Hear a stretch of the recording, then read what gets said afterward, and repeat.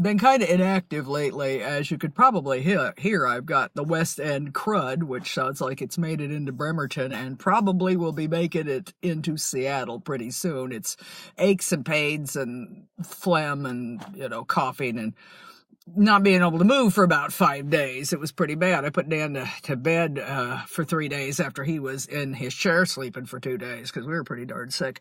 Anyway, I have to go down today because I got to get stuff off to Norwescon, where I will be for the whole show. I'll be at signings and things. I'll have some of my big collections, not all of them, but I'll have my square reader, and that'll be at the autograph thing where I'll be, and I'll be in the comics track, so pay attention to that. I'm back to Norwescon after years and years of running around Comic Cons.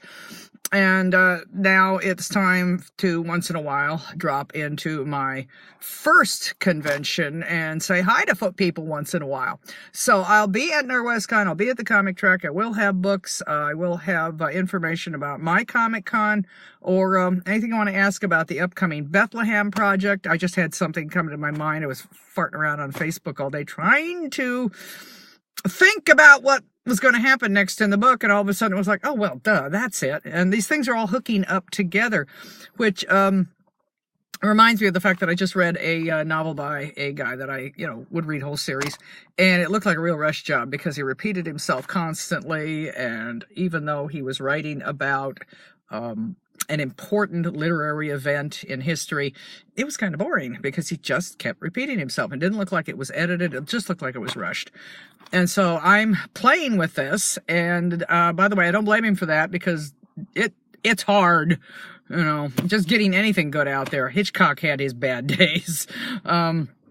And the Coen brothers have put out some real ringers, and it's like, that's okay. They're learning for the next level. I know this. The next one will be gorgeous.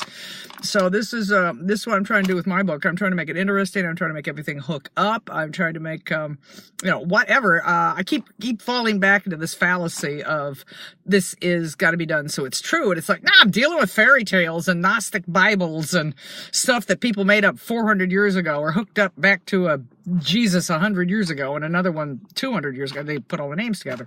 So I have to keep remembering I am just having my own fun with this, and like Shakespeare in Love, I can write it any way I want because there's no proof that anything happened. And there's an awful lot of, just good stuff, and I'll just put it away that way because a lot of it, if I want to explain it like it actually happened, there's fun ways to do it.